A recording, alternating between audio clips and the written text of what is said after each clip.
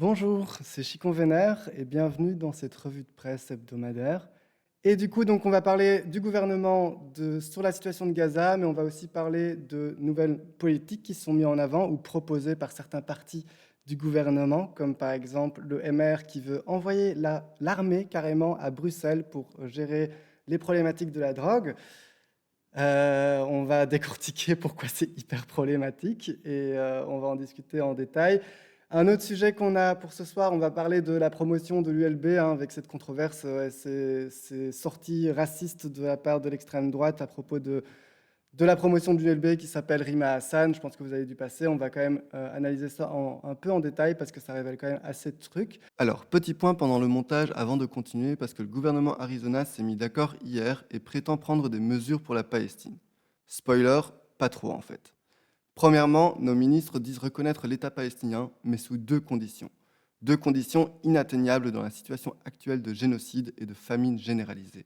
La première est que les otages soient libérés, ce qui n'est clairement pas la priorité d'Israël, et puis le deuxième, c'est que le Hamas soit totalement désarmé et destitué, ce qui pose la question de quand est-ce que c'est bon alors. Puis aussi, le gouvernement annonce fièrement des mesures contre Israël. Vraiment ? Aucun embargo, ni militaire, ni économique. Pas de sanctions auprès des entreprises ou des universités qui collaborent avec Israël, et bien sûr, aucune prise de position contre l'accord commercial entre l'Union européenne et Israël. En somme, rien de douloureux pour l'économie de guerre israélienne. Bref, je détaillerai la semaine prochaine pendant mon live, mais je voulais juste faire un petit point. Bonne vidéo. Et le CDNV et Vorat sont clairement à la botte de la NVA. Mais genre, il n'y a pas photo, quoi. Là, au gouvernement flamand, au Parlement flamand, au gouvernement flamand, le débat sur Gaza, c'était le ministre-président qu'on voit ici, Matthias Diependahl de la NVA, qui menait le débat, qui disait non, il n'y a pas de discussion, il n'y aura pas de sanctions, il n'y aura pas de reconnaissance ou je ne sais quoi. Et le CDNV Vorat qui crie un peu, mais après se plie totalement à la volonté de la NVA. On le savait déjà, mais cet événement le marque une fois de plus et montre à quel point, d'une part, le CDNV et le Vorat n'ont aucun poids dans ces gouvernements parce que c'est la NVA qui dirige tout, et d'autre part que leurs menaces sont pas des menaces au vu de la NVA et qu'ils s'en foutent totalement parce qu'ils savent très bien que le Vorat et la CNV sont des lâches et sont à la botte de la NVA. Il y a donc eu une publication de la FGTB, autant dans FGTB Magazine que j'ai vu des vidéos de la ABVV, donc l'équivalent flamand, de la FGTB qui dénonce très clairement et très fortement la Belgique, et on ne peut que soutenir cette démarche, et c'est super bien qu'ils aient écrit ce texte. Alors je trouve ça intéressant ce que Bruxelles Panther ici a écrit. Camarade Thierry, donc Thierry Baudson, le président de la FGTB. J'ai lu ta lettre dans Syndicat Magazine. Elle dit haut et fort ce que les autres taisent. La Belgique est complice d'un génocide. Rien que pour ça, respect. C'est bien, mais même très bien, presque courageux. Mais soyons francs, camarades, ça reste du symbolisme. Or toi, tu n'es pas un intellectuel de plateau télé. Tu es président de la FGTB, l'organisation de lutte la plus puissante de ce pays. Ta parole ne suffit pas. Ta position t'oblige à transformer l'indignation en rapport de force. Cette obligation, elle est simple. Déposer un préavis de grève. Une vraie grève dans les secteurs stratégiques, métallurgie et logistique, là où se fabriquent et circulent les armes, là où le travail ouvrier est directement lié à la machine de guerre. Ensemble, on est plus fort, le slogan de la FGTB. Et ce n'est pas une utopie. Partout en Europe, des travailleurs le font déjà. En Italie, des dockers à Gênes ont refusé de charger des armes à destination d'Israël. À Livourne, des syndicats ont bloqué des ports pour empêcher l'embarquement de matériel militaire. En France, à Marseille, des dockers ont fait de même, dénonçant la complicité française avec le massacre en cours.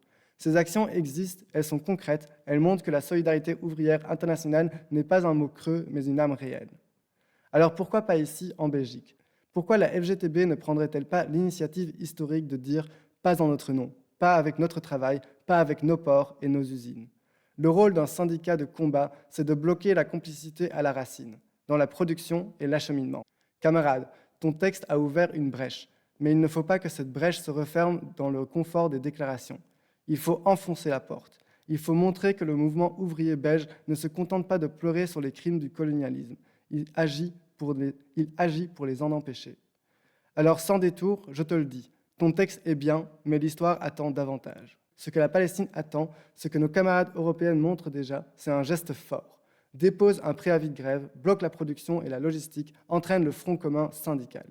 Voilà ce que serait une réponse ouvrière digne, radicale et internationaliste face au génocide. Prochain sujet, là on va s'arrêter sur Gaza.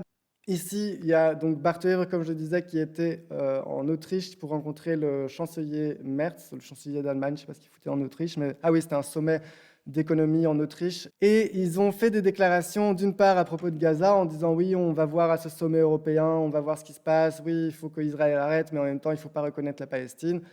Bon, l'Allemagne, on sait très bien leur position sur le génocide. C'est vraiment les plus grands défenseurs d'Israël en Europe, donc ce n'est pas de eux qu'on doit s'attendre à ça. Mais du coup, Bart Wever s'est affiché auprès de l'Allemagne en disant « Ah oui, on ne va pas reconnaître la Palestine ». Et en plus de ça, est venu faire des déclarations à propos de la politique migratoire. Et il dit qu'il faut renforcer les frontières européennes. Donc il a dit que nous devons décider nous-mêmes qui nous laisser entrer en Europe. Et De Wever dit que ceux qui arrivent illégalement en Europe ne devraient plus recevoir à jamais la citoyenneté. Il faut se rendre compte de la gravité de cette phrase, de cette déclaration, parce que interdire à des personnes à jamais la citoyenneté dans n'importe quel pays européen, c'est officiellement faire de l'Europe une sorte de bastion fermé à l'immigration et faire ce que les identitaires d'extrême droite veulent depuis des années. Hein. Ils appellent ça même bastion Europe depuis des années, qu'il faut créer une bastion Europe. C'est exactement ça, quoi. Venir interdire des gens qui arrivent illégalement, donc c'est même... Et ça serait problématique, mais genre c'est même pas une question de criminels ou quoi, non, c'est juste des gens qui arrivent pas par voie légale, donc qui arriveraient parce qu'ils fuient une guerre et qu'ils n'ont pas le temps de remplir des petits papiers pour demander la citoyenneté en Belgique, et du coup qui font des mois et des mois, voire des années de trajets horribles, douloureux et pénibles et coûtants en argent, et qui arrivent ici illégalement du coup, mais ce qui serait à jamais interdit d'avoir la citoyenneté européenne, quoi, de n'importe quel pays européen.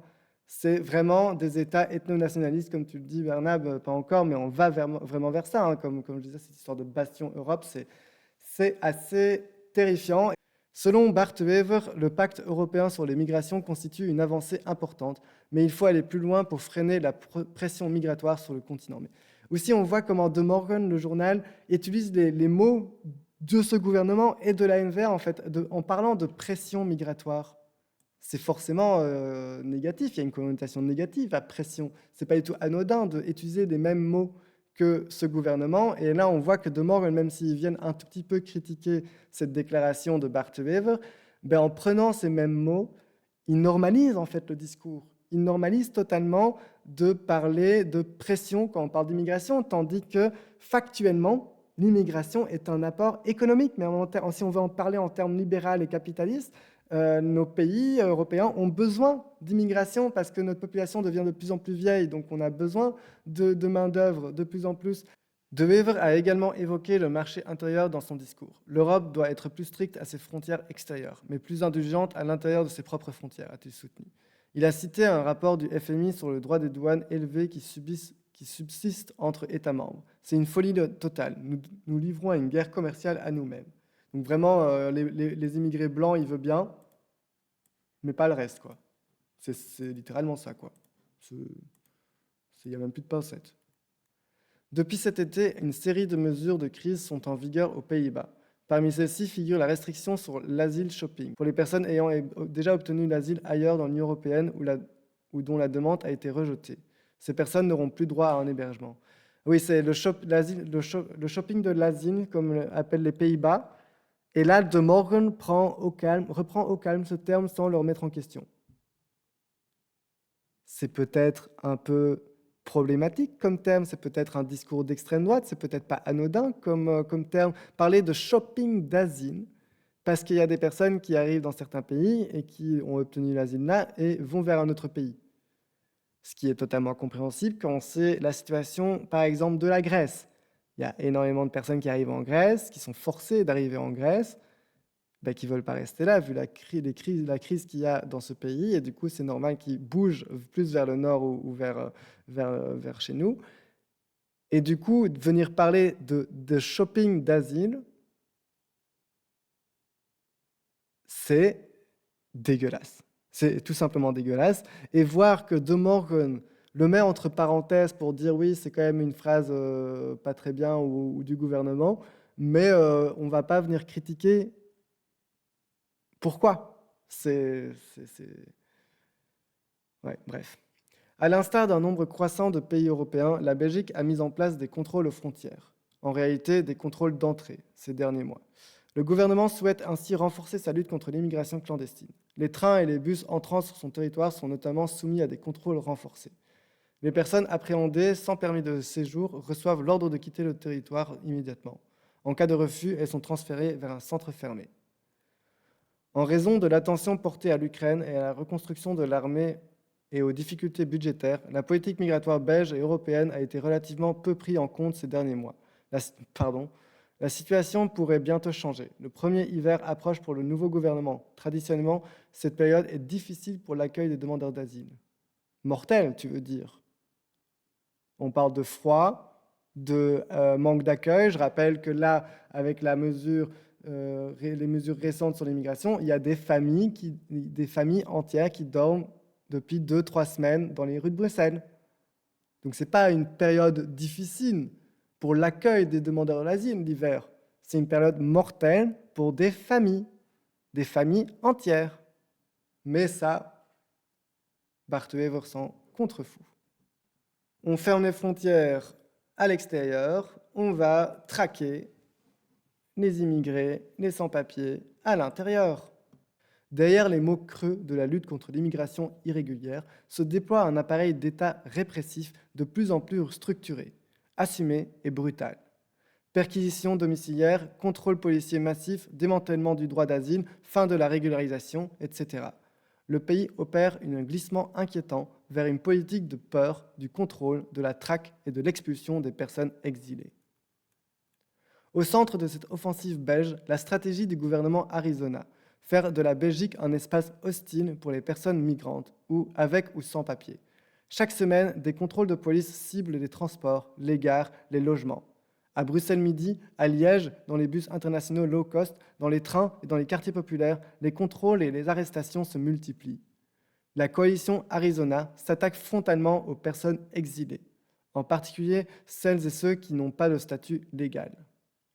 Première offensive, les contrôles systématiques. Chaque semaine, des équipes sont déployées avec un objectif assumé: arrêter les personnes sans titre de séjour, les embarquer, les enfermer et, quand c'est possible, les expulser. Des campagnes policières de grande ampleur se sont acharnées autour des contrôles systématiques dans les gares et même les métros, fruit d'une campagne plus médiatique que politique et dont l'objectif est clair: criminaliser le droit d'asile jusqu'à son paroxysme.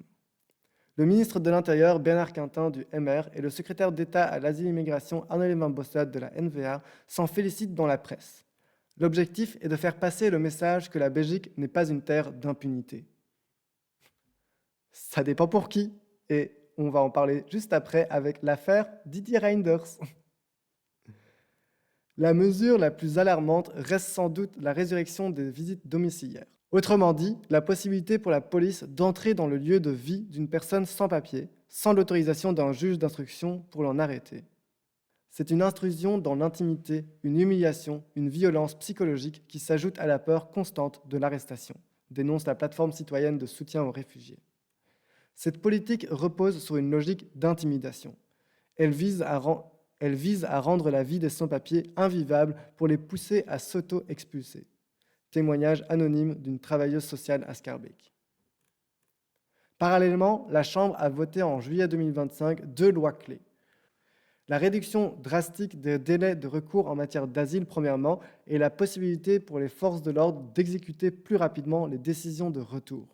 Autrement dit, moins de recours possibles pour les personnes déboutées, plus d'arrestations, plus d'expulsions. Le Vlaams-Belang, parti d'extrême droite, a même soutenu ces textes, preuve que l'extrême droite n'a plus besoin d'être au pouvoir pour imposer son agenda politique raciste. Elle gouverne par procuration, depuis les bancs de la majorité, signe d'une fascisation rampante de l'appareil d'État belge. Cette proximité idéologique n'est plus cachée. Dans une interview au soir, Anne-Hélène Van Bossade de la NVA, ministre de l'Asile et de la Migration, évoque sans détour sa volonté de rendre les régularisations exceptionnelles. Contrôle aux faciès, arrestation dans les gares et les bus, la traque est ouverte. Les témoignages de terrain abondent. À Bruxelles-Midi, à Liège-Guillemins ou dans les gares flamandes, les contrôles d'identité aux faciès sont monnaie courante. On cible les personnes racisées, les voyageurs sans look belge. Des policiers fouillent, interpellent, embarquent. Le collectif Getting the Voice Out a recensé plusieurs dizaines d'arrestations violentes depuis ce printemps. Même le bus internationaux low cost comme Flixbus ou Blablacar sont désormais dans le viseur. La Belgique s'inscrit dans une logique européenne de militarisation des transports à bas prix, avec des contrôles dans les parkings, les aires d'autoroute et parfois même au départ des gares routières. Ce que la Belgique met en place, ce n'est pas une politique migratoire, c'est une stratégie d'exclusion massive. Une stratégie qui fragilise les familles entières, isole les travailleurs invisibles, pousse les jeunes à la clandestinité permanente. Une politique qui fracture la société, installe la peur, mine les liens de solidarité. Et ce harcèlement institutionnel n'a qu'un objectif, dissuader, découper, décourager, faire fuir. Mais à quel prix ? Des enfants arrêtés à la sortie de l'école, des femmes en centre fermé, des travailleurs privés d'un logement. La peur et la précarité exacerbée des personnes exilées devient l'outil du gouvernement. Mais ouais, donc ça fait écho avec ce que je disais juste avant, parce que je parlais de Bart Wever qui avait rencontré le chancelier Merz en Autriche pendant ce sommet européen des entreprises. Là. Et du coup, Bart Wever qui a déclaré qu'il voulait que plus personne rentre en Europe et qu'il veut prioriser l'immigration intra-européenne plutôt que extra-européenne. Donc littéralement les Blancs d'abord, qui veut bien accueillir les pauvres Blancs de l'Europe de l'Est, mais pas les autres, quoi. C'est vraiment scandaleux. Et il dit ça avec le chancelier Merz, juste après avoir dit qu'il ne faut pas reconnaître la Palestine, que ça ne sert à rien de reconnaître la Palestine et qu'il faut soutenir l'Allemagne dans sa protection d'Israël. En fait, on est face à une fermeture totale, mais tout en alimentant des guerres à l'international. Donc, on va créer plus de réfugiés à l'international, mais on va tout fermer en Europe pour que personne ne les accueille, quoi. Mais vraiment, l'hypocrisie et la dégueulasserie à double tranchant, quoi. C'est vraiment ça. Voilà. Et c'est pas fini, les amis, c'est pas fini. Il y a encore d'autres choses sur la planche pour ce gouvernement, parce qu'il y a eu une petite phrase que Jean-Louis Boucher nous a lâchée sur RTL TVI, c'est le fait qu'il veut déployer les militaires à Bruxelles pour lutter contre la drogue. Est-ce que vous voyez la mauvaise idée ? Oh, mais ça serait vraiment terrible. Bon, c'est qu'une phrase de Jean-Louis Boucher. J'avais dit que j'allais pas réagir à toutes les phrases de Jean-Louis Boucher parce qu'il en sort une chaque semaine et c'est sa manière de faire du bad buzz. C'est sa manière d'être tout le temps présent et d'avoir toute l'attention. Donc, je ne réagis pas à tous les dingueries que Jean-Louis Boucher dit.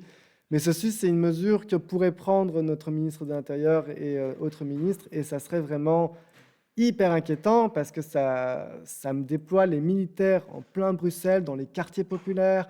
Ça va créer une tension et même la drogue, j'en ai déjà parlé plein de fois, mais la solution à la drogue n'est pas la militarisation. Quand tu t'attaques à des gangs, soit tu abats le gang et ça fait un trou et un autre gang viendra, soit tu affaiblis le gang et du coup il y a d'autres violences qui viendront parce qu'il y a un gang qui viendra essayer d'en profiter des miettes. Donc ça crée que plus de violence quand on voit les flics ou l'armée dans les quartiers où il y a des trafics de drogue. Alors, et du coup en disant ça, je vous dis cette petite idée de déployer les militaires pour lutter contre la drogue. Disons que les militaires ils se tiennent bien.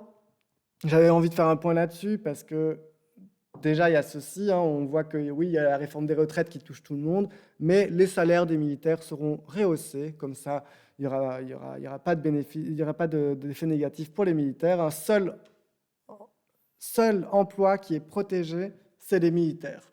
Bienvenue en Belgique, quoi. Et du coup, un autre truc dont je voulais parler, donc là, on voit que les militaires sont mieux rémunérés, on voit qu'on investit des milliards et des milliards dans l'armée. Et un autre truc que je voulais dire, c'est que moi, je me suis baladé à Leuven il y a 3 jours, il y a 4 jours même pas. Je me baladais à Leuven. J'entre à Leuven, je ne sais pas si vous voyez Leuven, il y a la gare et il y a une énorme rue qui va vers le centre. Donc je sors de la gare, je prends la grosse rue qui va vers le centre parce que j'allais rejoindre une copaine. Et vraiment, dans cette rue, cette grosse rue, la rue principale des touristes et des gens qui arrivent à Leuven, il y avait une énorme façade, genre un peu comme un magasin. Ça ressemblait à un magasin avec une énorme vitre béante, donc sans carreaux. C'est vraiment une énorme vitre très très claire pour que ça soit bien visible depuis l'extérieur, avec écrit en grand dessus en néerlandais « La défense recrute ». Et il y avait des militaires à l'intérieur, ils distribuaient des fascicules dans la rue, ils faisaient des discussions avec des gens, ils se faisaient interviewer par des journalistes.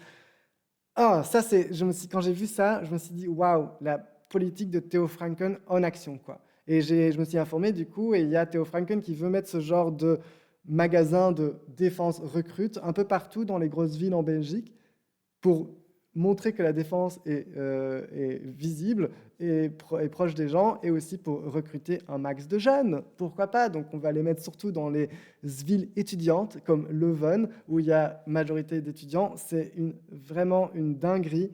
Quand j'ai vu ce truc-là, et j'ai demandé à ma copaine, est-ce que c'est là depuis longtemps? Et ma pote de Leuven, elle m'a dit, ben non, c'est là depuis cet été, quoi. Depuis cet été, il y a cette énorme façade avec la défense recrute, quoi. Donc vraiment, la politique de Theo Franken en action, ça s'accélère, ça devient dangereux, ça devient flippant même, et on va vers vraiment une militarisation de la société, un endoctrinement. Quand on regarde aussi les médias comme De Morgan, qui utilisent les mêmes termes, qui parlent de pression migratoire, qui vont utiliser vraiment ces mêmes termes que le gouvernement d'extrême droite, ben on va vraiment vers un endoctrinement de la société et une militarisation. Donc ça fait qu'ils veulent une société qui se cadre bien, qui reste dans l'ordre, qui reste dans les pas, et les jeunes qui vont aller se battre je ne sais pas où contre des envahisseurs, je ne sais pas où. Bref, terrifiant de voir ce qui se passe au niveau du gouvernement. Mais malheureusement, ce n'est pas les seules choses problématiques qu'on a pu voir cette semaine ou ces derniers temps. On va aussi parler de la promotion à l'ULB. Vous avez dû voir passer ça. Promotion qui a été nommée Rima Hassan. Donc c'est la promotion de droit, je pense, qui choisit une personnalité depuis quelques années pour la mettre en honneur et pour la mettre en avant. Et donc c'était cette fois-ci promotion Rima Hassan. Donc c'est les étudiants eux-mêmes qui ont voté. Et il y avait des choses, déjà il y avait l'extrême droite qui s'est offusquée partout, qui a pété des câbles, qui a reçu des tremplins dans les médias aussi à être visibilisé. Et puis surtout aussi Alain Dext du MR qui a publié une liste d'étudiants qui auraient voté pour Rima Hassan, et c'était tous des étudiants à connotation étrangère. Hein. Et du coup il disait ça avec cette connotation raciste et dégueulasse de l'extrême droite. Rima Hassan est une réfugiée palestinienne, juriste, militante des droits humains et eurodéputée de la LFI, la France Insoumise. Le président du MR, Georges-Louis Boucher, a critiqué publiquement la décision, insinuant qu'elle constituait une provocation politique. Mais le franchissement le plus grave vient d'Alain Dext. Sur X, le politicien d'extrême droite a publié une liste des noms étudiantes à connotation arabo-musulmane supposées avoir voté pour ce choix. Une pratique qui rappelle les pires chasses aux sorcières de l'histoire. Fichage, stigmatisation et désignation publique de jeunes citoyens-citoyennes pour leurs convictions ou leur origine réelle ou supposée.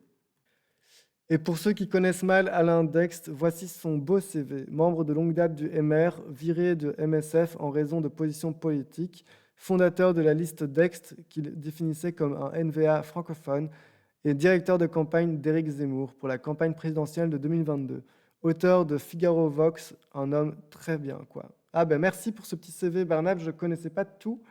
Ex-sénateur et député bruxellois, Dext rejoint l'équipe de campagne de Éric Zemmour. Tiens donc, comment le MR et Zemmour se rejoignent. Qui aurait cru? Depuis plusieurs jours, de nombreuses menaces et intimidations circulent sur les réseaux sociaux, allant jusqu'à appeler au fichage des étudiants et étudiantes ayant voté pour le nom de Rima Hassan et à manifester contre ce choix. Certaines incitent à la discrimination professionnelle en affirmant qu'il vous faudrait publier nos noms et tuer nos carrières d'emblée. Au-delà du nom Rima Hassan, ce qui se joue ici est fondamental. L'indépendance des universités, la protection des étudiants et étudiantes et le refus de laisser les acteurs politiques extérieurs dicter la parole académique. Si l'ULB cède aux pressions, elle renie ses propres valeurs de libre examen et de liberté intellectuelle. Mais voilà ce que j'avais prévu pour ce soir, chers amis. J'ai fait le tour de mes actus, de ma petite revue de presse de cette semaine. J'espère que ça vous a plu, j'espère que vous avez appris des choses. Voilà, ça sera la fin de ce live. petites infos, c'est que je vais, ouais, réforme de chômage oblige, je vais devoir reprendre une activité. Donc j'aurai peut-être moins de temps. Alors j'espère que pouvoir maintenir mes live Twitch tous les lundis, allez ça c'est d'office, je continuerai. Mais est-ce que je pourrais les monter sur YouTube et tout ça? J'aurai peut-être moins de temps pour faire des vidéos YouTube. À voir, je verrai si j'ai le temps. S'il y a des gens qui veulent, sauf s'il y a des gens qui savent faire du montage et qui veulent m'aider, n'hésitez pas. Mais sinon, je pense que j'aurai peut-être moins de temps pour monter mes vidéos. Et donc peut-être que faire des lives du coup sur YouTube est une solution. Je devrais voir, mais donc je devrais voir mon emploi du temps. Bonne soirée à tous. Merci aux gens d'avoir chatté dans le chat. C'est très chouette d'avoir du public et de discuter avec vous, d'avoir vos informations, d'avoir vos retours. C'est trop cool. Passez une belle soirée, une belle semaine. Courage à celles qui bossent. Bof, ouais, le travail c'est bof. Bref, ciao.